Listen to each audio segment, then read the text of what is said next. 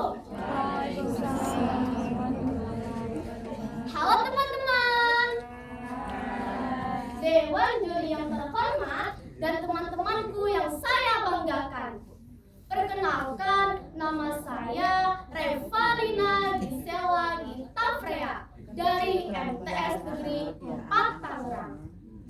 Kali ini saya akan menceritakan sebuah kisah yang sangat menarik, yaitu cerita kisah Tuan Tanah Bongkok.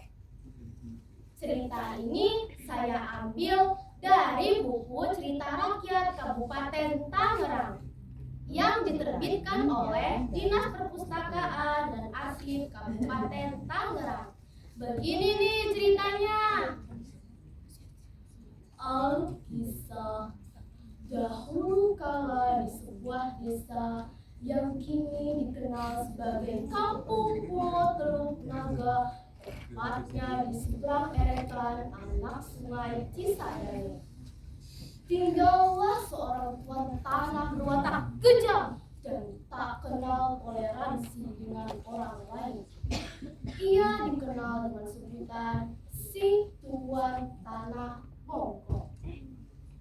Sifatnya yang begitu kejam dan berkuasa di kala itu menjadikan ia satu-satunya orang yang paling ditakuti oleh seluruh warga kampung seberang. Kalian semua, kenalin nih orang paling kaya raya dan kuat di kampung ini. Ayo sini, siapa yang berani melawanku? Setiap kali ia melewati perkampungan warga dan bertemu dengan siapapun yang berpapasan dengannya, maka tangannya yang besar begitu ringan melayang dan mendarat di pipi orang. Kecuali bagi mereka yang membungkuk, "Punten Tuan." Sedikit ampunan dan belas kasih masih mungkin diberikan. Semua warga sudah semakin geram dengan kelakuan si Tuan Tanah yang kaya dan sombong itu. Bagaimana tidak, segala hasil panen warga yang sudah susah payah mereka garap dengan lelah, tega ia rampas begitu saja. Suatu sore seperti biasanya, si Tuan Tanah bersama para jawarannya selalu berjalan-jalan di sekitar perkebunan tebu. HP-nya tidak lain adalah senang mengganggu setiap orang yang dijumpainya. Saat itu tidak ada seorang pun yang berani melintasi perkebunan tersebut, kecuali segerombolan anak-anak yang sedang pulang bermain. Tak sengaja salah seorang dari mereka sedang keasyikan berlari, menabrak tubuh si Tuan Tanah dari arah belakang.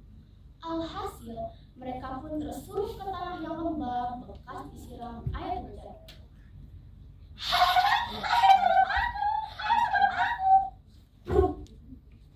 Berani sekali kau bocah kecil. Lihat, pedangku kotor semua pada becekan ini. Mereka semua terkekeh melihat wajah si Tuan Tanah yang kotor berlumuran tanah. Sambil tertawa, anak itu pun lari meninggalkan si Tuan Tanah. Sayup terdengar dari kejauhan. Anak itu pun berkata,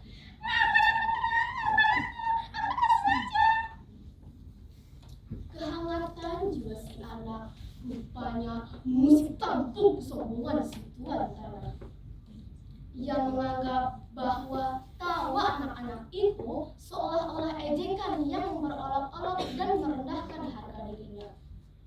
Ia menjadi marah.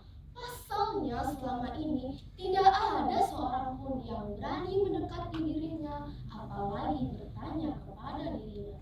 Bahkan siapa saja yang ditemuinya, pasti mereka lari tunggang-langgang ketakutan. Awas saja bocah kecil, takkan kubiarkan kau lolos dari tanganku, seru si Tuan Tanah dalam kobaran emosi yang berapi-api. Keesokan harinya, si tuan tanah datang mengobrak-abrik seluruh isi kampung.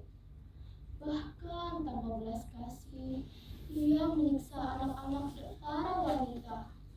Semua warga menjerit-jerit histeris ketakutan dan dipenuhi dengan isak tangis menyingkap. Duk, duk. Aduh, sakit Tuan. Ada apa ini? Apa salahku Tuan? Ampun Tuan, ampun.